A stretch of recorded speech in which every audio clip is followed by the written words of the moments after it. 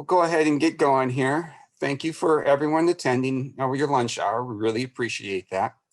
Hello, my name is Jarrett Hubbard, and I am project manager for the city of Rochester on downtown Rochester Rapid Transit.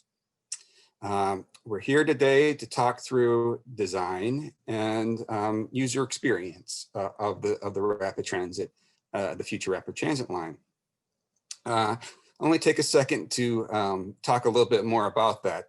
Or let me, before I get into that, let me make sure I introduce the two people that you'll hear about. Alicia Valentini is working behind the scenes and background. She will help with just obviously helping with the webinar piece. But let me hit on to the piece of we're all pretty used to webinars at this point. We are taking comments and questions two ways. The first way is if you wish, we will pause at several different spots during the presentation this afternoon to let you ask questions live. If you wish to do that, we ask that you utilize the raise your hand feature, and then Alicia will go ahead and unmute you at the appropriate time to ask your question. You can also submit questions and ideas in the Q&A box. And if we don't have anyone during those pauses, we'll try to answer as many of those questions as we can during that time as well. Like I said, let me take a second to kind of set us where we're headed today. Most of us know that we've been talking enhanced frequent transit in Rochester for almost 10 years now. And then in this last year, we've really ramped up our work in that world. And essentially, for this year, you've seen me talk on webinars on several different things. Earlier this year, we talked about bus and rail and even routes. Then the spring and summer, we started talking about station locations, land use, building heights, and around stations. And then last month was our first kind of real webinar talking about the system itself and what it might look like moving in the future. Today's webinar is one of two. Our first one was yesterday. Today is the second one, in which we are talking about that user experience. For the last year, several people have started that know me and seen me before on these webinars have mentioned, Jarrett, will there be X or will you have Y? Now we're actually going to start talking about what some of those features may be and how they're going to be integrated into the system. So if you're excited about that and excited about what the future might hold as far as those features, you're on the correct webinar. We'll have webinars in the future talking about other pieces, but tonight this afternoon, one of the biggest features is that user experience. Just to highlight going back to the agenda real quick, we'll start with me going through a brief overview of the project again, and then we'll talk, and then I'll talk a little bit about the co-design process that we're using. And then I'll hand over to Nathan Johnson, an architect, who will talk more about the design principles or the underlying ideas and concepts that we're going to use for the design of the transit system, of the stations, and of that user experience as well. And then we will then dive deep into what features we are looking at as a base for the system, and talk about what some additional add-ons that we might have to enhance that experience on the system. And that'll be a great time for you to, if you have ideas or additional comments about that, to go ahead and submit those comments or ask those questions during those times. All right, so let's dive on into the basics of the project. Big picture, like I said, again, we've been talking 10 years. The idea of enhanced frequent transit, particularly help to get people downtown, has come from kind of three main ideas or concepts. The first one being we have a defined number or a limited number of entry points to get into downtown. And as long as people continue driving their personal vehicles downtown, those entry points will become more and more congested than they already are today. And that's particularly because we're expecting roughly about 20,000 new employees by the year 2040. Additionally, if all those additional new employees drive downtown, they need a place to park their car. And if we end up parking all those additional cars downtown, we have to build new parking structures, which end up taking up vital real estate for other needs and other growth ideas and concepts that we wish to have in downtown. And finally, one of those growth ideas that we have in downtown is we would love to see downtown become a kind of 24/7 live, work, play environment. And if you have all of those people having their own cars, driving them into downtown every day, you just end up having a diminished quality of life in general for people living and working downtown. So all of these kind of led into the concept of what we know as the mode shift. Right now, we have roughly 70% of people that drive, that get to downtown or work downtown or get there, usually drive their own car, and only about 10% on transit. We would like to see that number kind of switched a bunch. We would love to see those people who are on driving their personal vehicles go down, and we'd love to see the increase in people riding on transit, as well as continuing to bike and walk and carpooling and even working from home. So this kind of led to the concept, the idea where we are with rapid transit. So we started working on one of our big goals with rapid transit.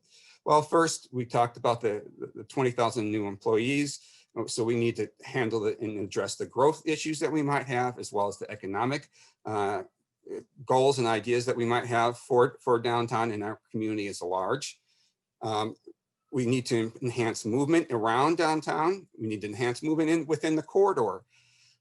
We also want to make sure whatever service we provide, it works for everybody, residents, employees, and businesses.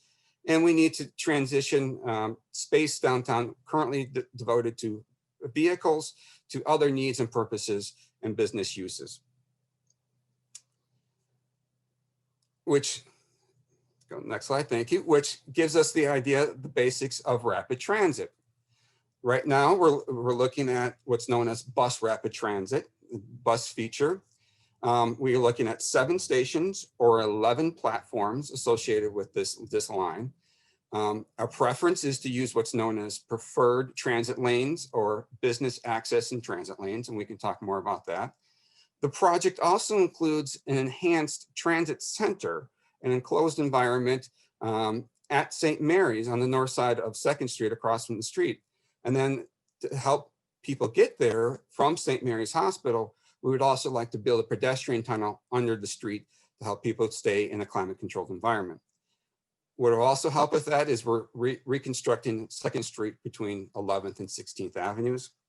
And the vehicles we're looking at are 60-foot accordion buses that would be electrically powered.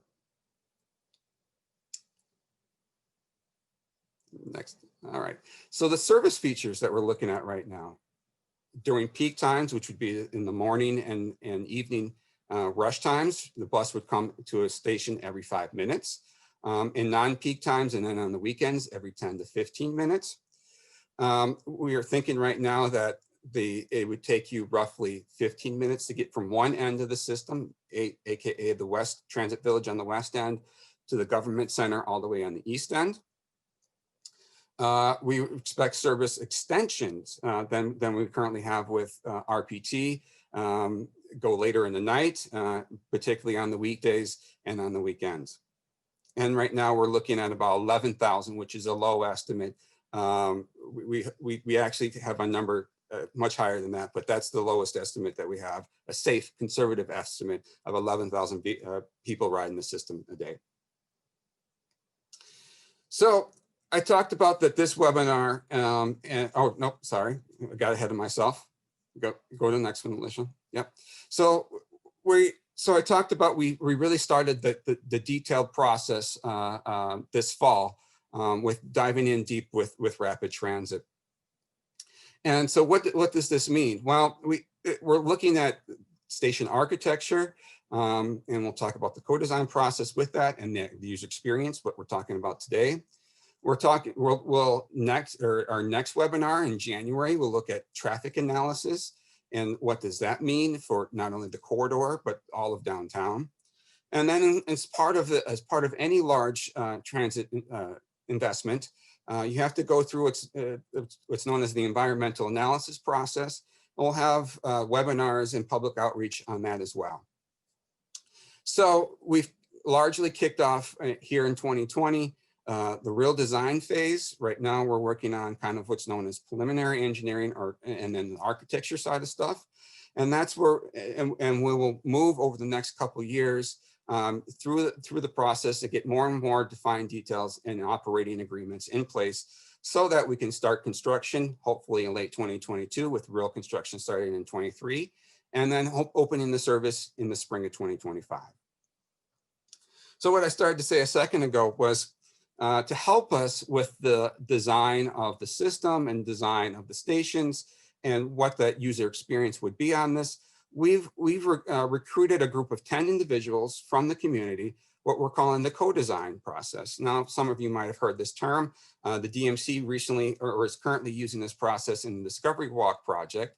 But for this project, what we have done is we've gone ahead and hired 10 community members of diverse backgrounds. That includes cultural and age backgrounds and disability backgrounds to help us define some of these elements and concepts. So the first idea of these 10 individuals are to really intently help us with and communicate the community's perspectives on what this transit line should be, help develop that design and translate the community's values for the design team, including Alicia and Nathan that you see in here today. And then hopefully give you a concept towards the spring or even early next summer of what some of these user experience and design might look like. So we're walking through a process with them, with that group of 10 individuals. We've talked about design principles, and we'll see more of that in a second. We will work through how the stations look and how you access them. We'll talk about the architectural aesthetics, brick, windows, pavement, and other types of materials, landscaping around the stations, and then the public art that'll be included as part of the stations. So right now we've already been working heavily for the last 2 months with this group of individuals helping us with this process. And if any of you are on, thank you for your service, and we look forward to continue working with you through 2021. So we worked with them to develop the design principles, and those are kind of the base guidelines that we're moving forward with. And Nathan will talk about those in a second. And then right now we're currently working through the project scoping, or more specifically, what does that user experience feel like? And then concept design, and then hopefully do a prototype event later in 2021. So with that, maybe I'll take a pause here and see if anyone has any questions about the general downtown rapid transit project in general before we get going in kind of our design principles that we're working on and kind of that user experience. Once again, if you'd like to ask a question live, please raise your hand and we will go ahead and unmute your mic after we recognize you.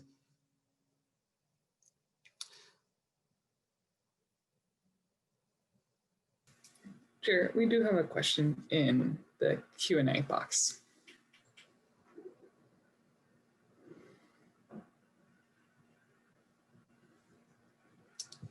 So thank you for the question. The question mentions about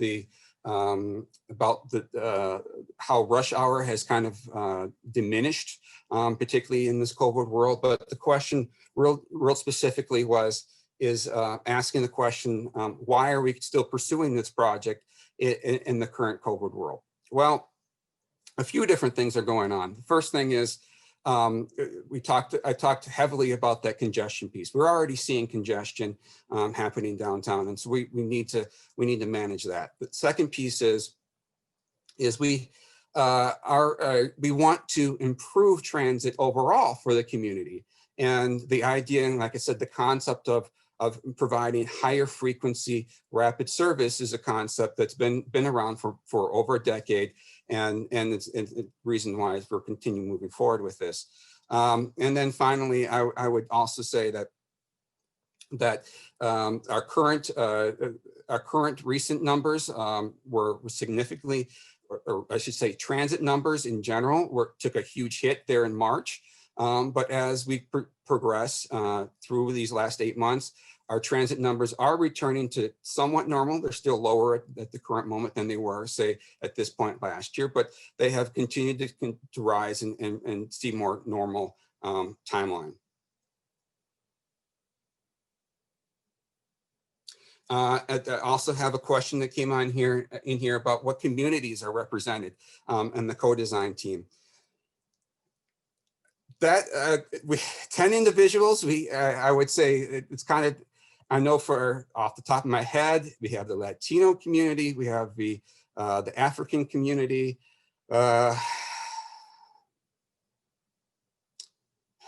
shoot, like I said, we have the disability community.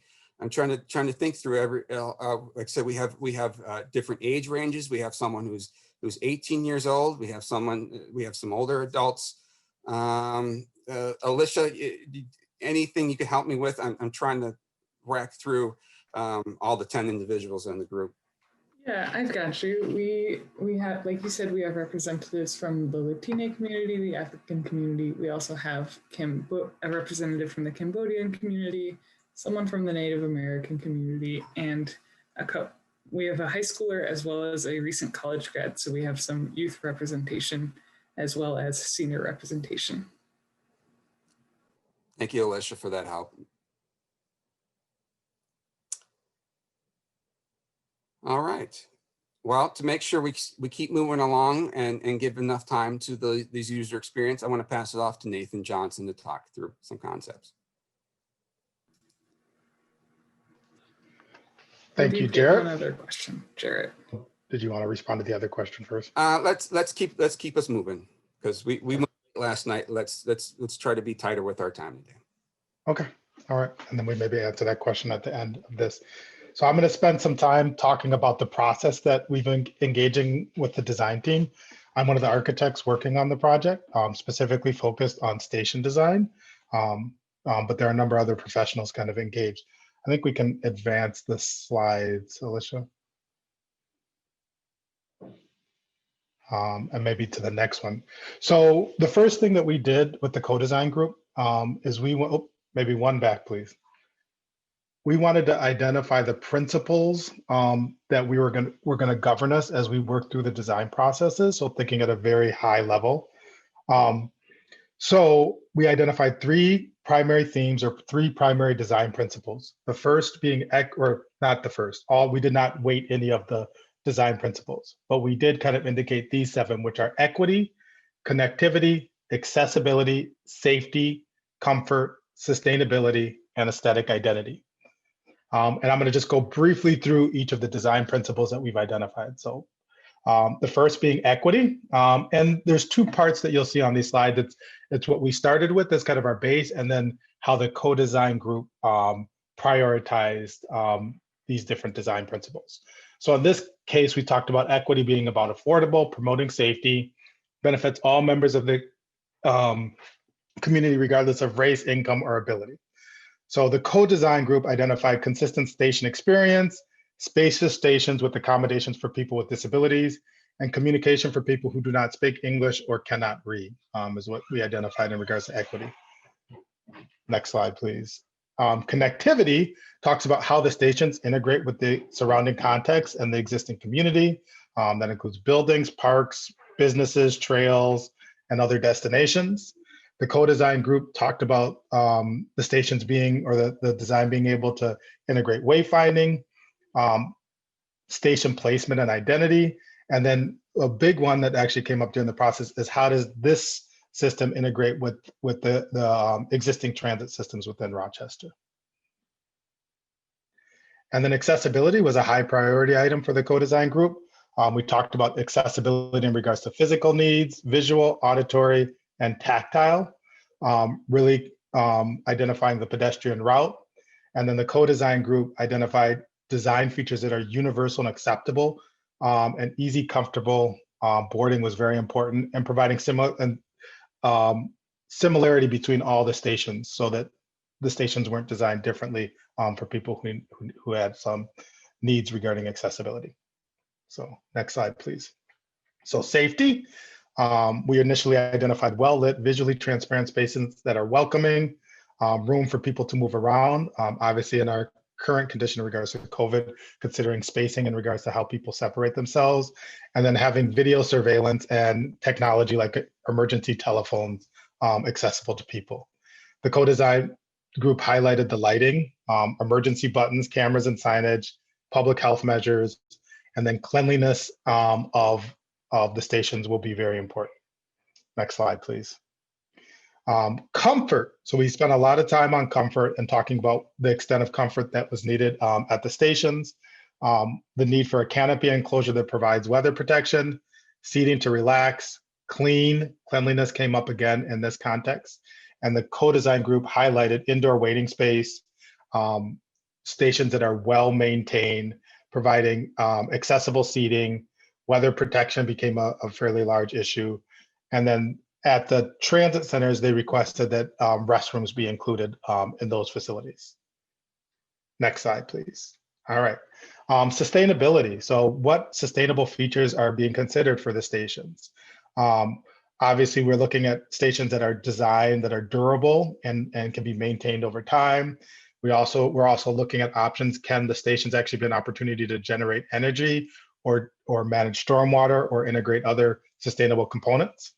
The co-design group identified green technology, landscaping, rain gardens, and some of the priorities that we should consider in regards to sustainability.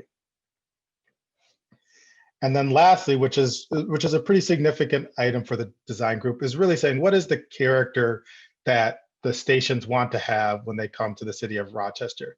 And the questions that we were asking, do they want to be iconic and stand out boldly or kind of blend into the city? Do they want to be balanced between maybe those items in regards to blending or being iconic? The co-design group very clearly stated that they want something that is iconic and has a strong brand within the city of Rochester. They identified a desire to have public art integrated into the station areas. We should be using durable materials, and that we shouldn't have one type of environment that people are in. So it shouldn't just all be an enclosed station. There should be areas for people to stand outside and enjoy the outdoors, as well as being able to stand comfortably inside a warm space. So with that, those are kind of the initial design principles that we identified. Are there questions that people may have? I see at least one, or I think it's the same one that was in the Q&A previously. I don't know if there are additional questions that people may have. And as Jared indicated, you can raise your hand to ask. Thank you, Nathan. You went through that material much faster than we did last night. So good. So we're going to have plenty of time to answer questions. So the question that came on in was from Mark, and there was two questions. The first question was about repurposing parking structures, and the city will continue to look at those as an option where needed to convert them to other types of uses. We've talked even about housing as another idea, some additional uses that we might be looking at. The second question Mark had to this reduction of patient parking. The concept that that the city's been working on, working with Mayo and others through, is that there probably will not be any reduction in patient parking along with this plan and this idea. Patients the existing patient parking will probably continue to exist. But we would also hope that with rapid transit, that there would be some patients, maybe more local patients, who might be more willing to ride transit instead of driving downtown and using the existing patient parking downtown. Take a pause to see if there's any more questions anyone might have. Please, once again, raise your hand or submit anything.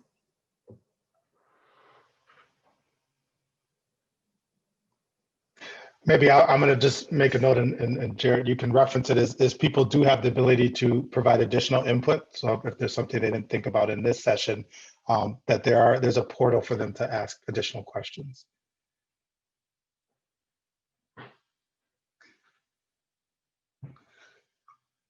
Oh, so there is a, we'll go through some of those channels at the end. Sorry, Nathan, go ahead. Yeah, so there is an additional question. It says, how large will these transit stations be given the design includes quite a lot of options? So right now we have a standard platform size of 10 feet deep by 80 foot long along the sidewalk with a 6-foot pedestrian space minimum behind the stations. They're fairly standard size, and those stations are specifically designed to accommodate a 60-foot articulated bus with 3 doors. And so that's what we're really working through the details of that now, and seeing how those fit within each individual station locations and within the community at those locations. So that is something that we're actively working on now.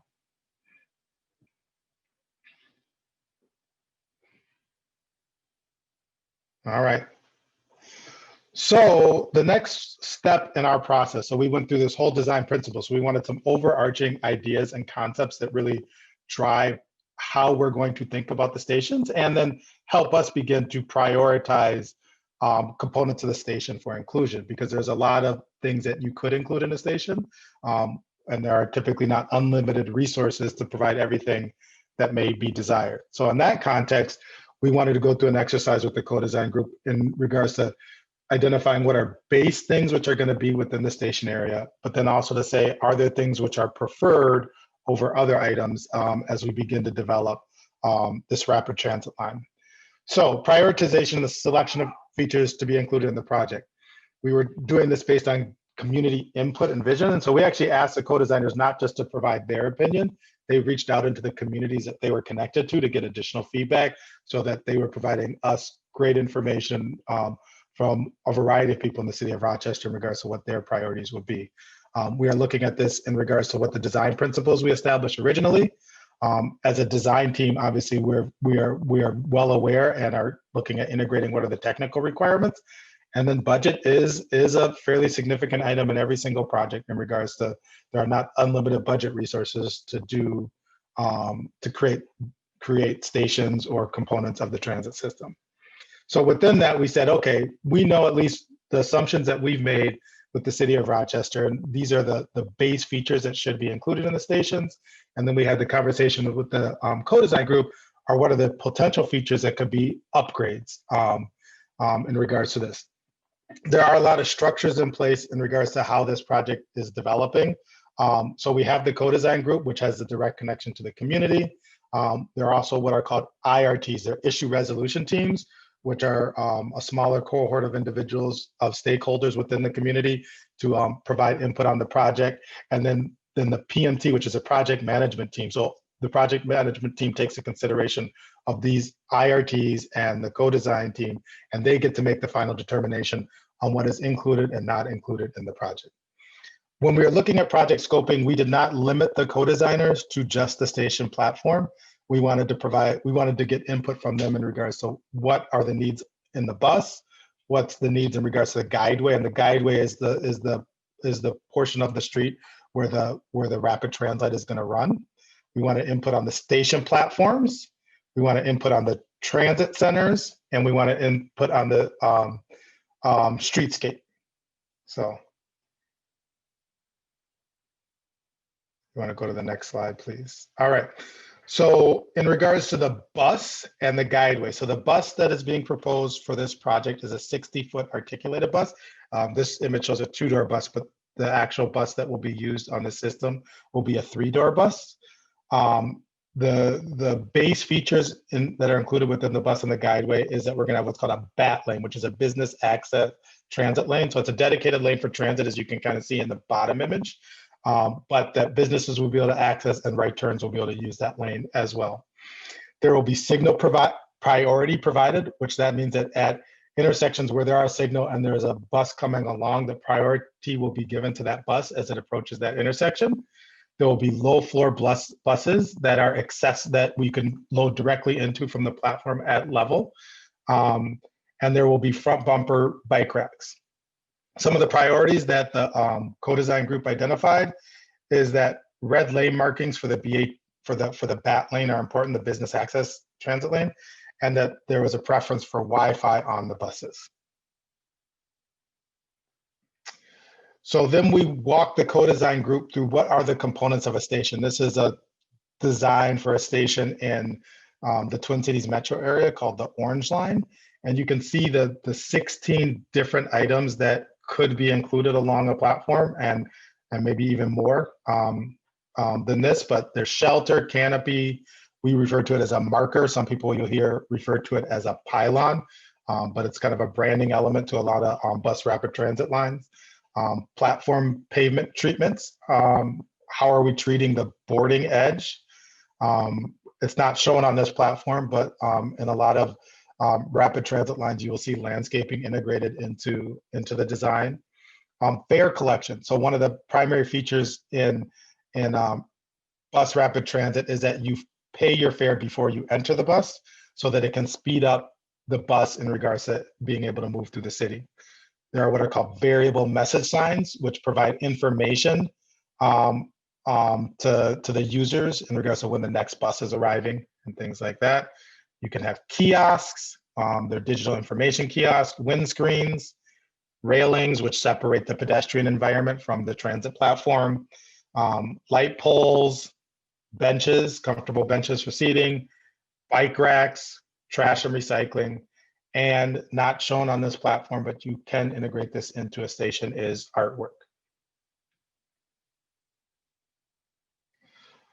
So when we looked at this, we said, okay, at the station platforms, what is the base scope? So within the base scope, we have shelters, lighting, heaters, level boarding, and fare collection. There are benches, there'll probably be railings and there'll definitely be bike racks integrated. Route information included somewhere, audio announcements and emergency telephones, trash and recycling. And one item that's not included on this list is that within the base scope currently is heated platforms so that snow removal can be minimized at the station areas. The items that the co-design group identified as priority are tactile warning mats and floor plats. And what the tactile warning mats are is it's a feature for the accessibility community to make very clear where the pedestrian paths are and then where the door entries are to the bus. They asked for an extended canopy, like you can see in this image to the right, that covers more areas than just the shelter area, and then to do a more dynamic or enhanced identification marker.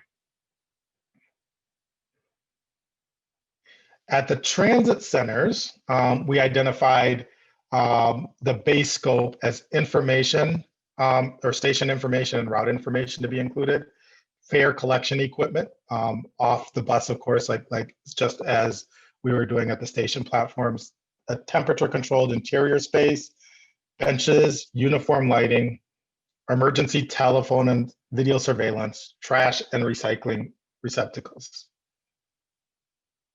What the co-design group identified as additional priority items to be included in the stations are restrooms and a staffed information desk, specifically a staffed information desk at the St. Mary's Transit Station, tactile route maps, automatic audio announcements, and digital information kiosks, which you can kind of see in the middle image there. They also identified, and this was consistent with the station platforms, a tactile floor plat.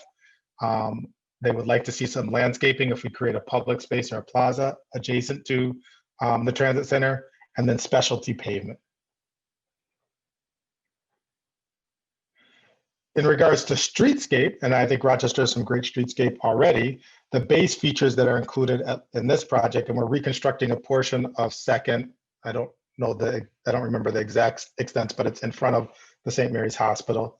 The standard concrete sidewalk, decorative roadway and pedestrian light poles and boulevard trees, benches, and then trash and recycling receptacles. Some of the priority items that were identified from the co-design group is providing wayfindage signage and district icon markers. You can see examples of that on the right. Smart trash and recycling receptacles, and special pavement within the streetscape. With that, we've kind of described what some of the project scoping items are. Are there questions related to what we just discussed?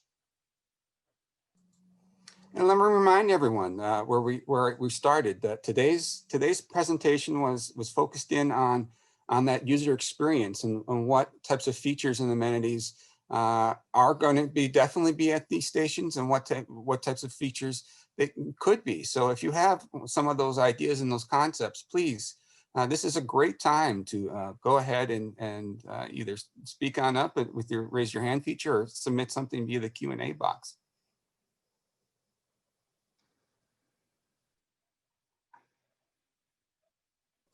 Okay, we see I had a couple come in. Give me a second to read them.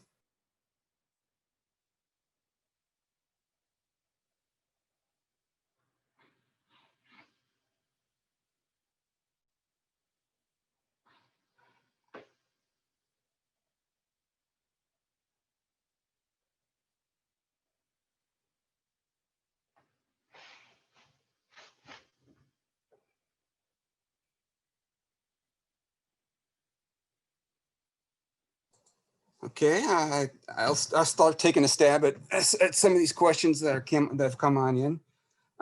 Budget constraints. Right now, the question was on budget constraints as far as the features. Right now, we're kind of going through a process of trying to lay everything on the table and trying to prioritize these features. At the current moment, we're focused in on trying to prioritize and figure out what we need to provide and what we want to provide. So just like everybody else in the world, we need to figure out our needs and wants list. And so that's kind of where we are at this current stage. And that's why I suggest if someone has other ideas and concepts, please go ahead and submit those so that we can make sure that they get added to the list.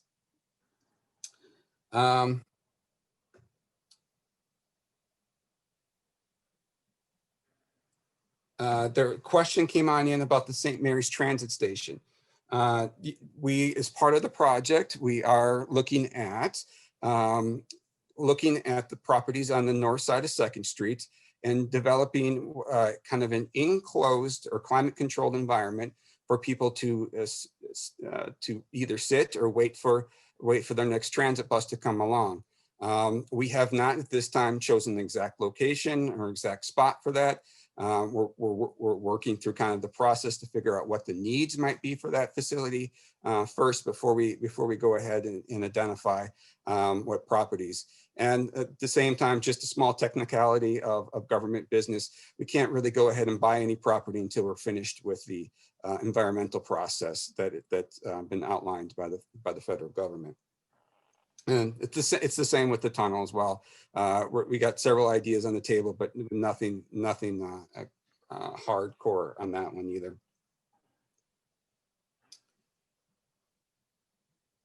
The question came on in: how will buses turn around downtown? Buses, if we, I don't know, it's probably too far to go back into the map, but buses will, working from west to east, will start at the West Transit Village, and that will be a transit center as well with climate controlled buildings, and then proceed easterly on 2nd Street. Once it hits kind of that Civic Center area or 3rd Avenue, it would then turn right onto 3rd Avenue, going by the Government Center, and then taking another right on 4th Street, and then proceed, and now it's traveling west on 4th on the way back to Broadway, then take another right on Broadway to eventually take a left back on to 2nd Street and start and proceed with those stations moving that direction. So in actuality, buses will never be turned around. They'll be turned around with that, what we're calling that government loop on 3rd and 4th Streets.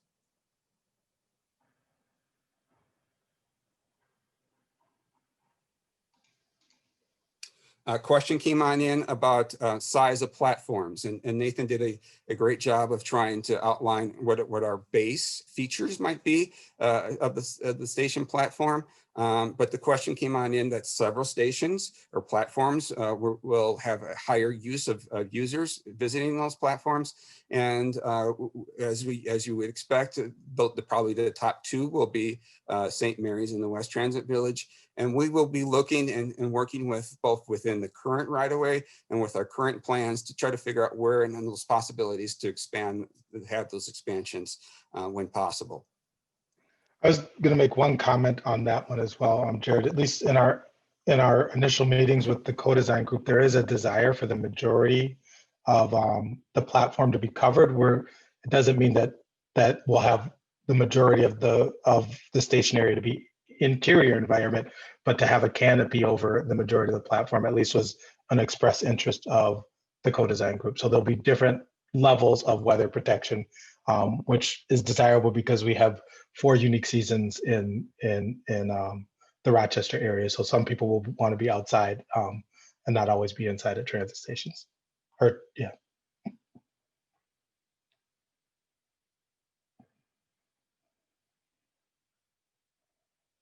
So. All right, we have a couple more, or at least one more session of opportunity for questions. So on that kind of that sheltering and size of stations kind of conversation, Nathan, can you talk us through what our next steps might be as far as the input that we receive here today and the concepts that we've talked about here today and what that might have on the design of the stations? Yes, and I'm just going to mention, the comment did come in from an anonymous attendee saying, yes, the Mayo station is also a very high use station, similar to St. Mary's. So that is true in regards to the preliminary projections in regards to riders and users. So my apologies. Yep. Good catch, Nathan. Yep. So upcoming station architecture tasks. So this winter, we're going to be working through some design concepts. What you see to the right are like massing diagrams that we're developing in regards to looking at what can fit within the platform extents that we're looking at. So we'll be talking about the size of that enclosure. So people ask a specific question about like what can be accommodated. We are looking at that very closely, and we're actually looking at that for each location in regards to how big that shelter should be and how big that outdoor space should be. We're looking at the canopy extents and how much of the platform that should cover. We're looking at the identification marker, which you kind of see just kind of blocked in this drawing, and looking at the scale of that and how iconic that should be in regards to really kind of branding the station area. We are very concerned about pedestrian circulation in regards to how are people going to effectively move to the station area in regards to the transit option. And then we're also looking at, and we'll be basically going through each station location. So the seven different station areas, we'll be looking at how this design for the station fits into each one of those individual communities. Our next step after we kind of work through some concepts and share those with the co-design group, we're going to be doing some prototyping in the spring of 2021, where there will be some life-size mock-ups and opportunities to test the fit design and refine the layout that we're considering for use within the transit corridor.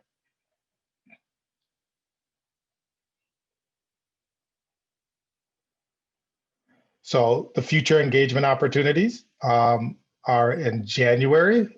You have a traffic webinar at 12 p.m. and 5 p.m. And then in February, a date to be determined, there'll be a project update webinar as well. So what we planned on doing is for these webinars is to have a couple per session. Definitely have one session every month to talk through, like I said, the station architecture, the traffic piece, the environmental piece, and then every once in a while, we're, like in February, we are planning to have kind of a general update on the project as we move forward. Once again, this is a great time for us to pause and try to take some questions. So if someone wants to raise their hand, that's one option, or go ahead and submit a question via the question and answer box. As I kind of wait and see if some more come on in, I will say the other outlets, if you think of something outside of this webinar or in the future, there's kind of 3 ways you can go ahead and do that. One of the first ways is we do have a project website, and there are a couple of tools already on there, including what's a map where you can go ahead and drop comments on. And then you can always go ahead and submit us an email at rapidtransit@rochestermm.gov, or by giving us a phone call at 507-328-2025. So one question that came on in is, are there any business owners on the design team? I believe there are, but at the same time, I'm not totally certain on everyone's background and employment.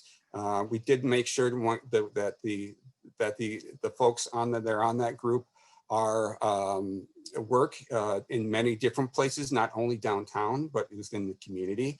But at the current moment, I don't know the answer to that question. We'll take us another second here to see if anyone else has any other types of user experience ideas or concepts that they would want to submit to us. We appreciate that. And once again, I'll take another time to reemphasize the email address is rapidtransit@rochestermm.gov and the number 507-328-2025. I'll just give it another second here to see if anything else comes on in.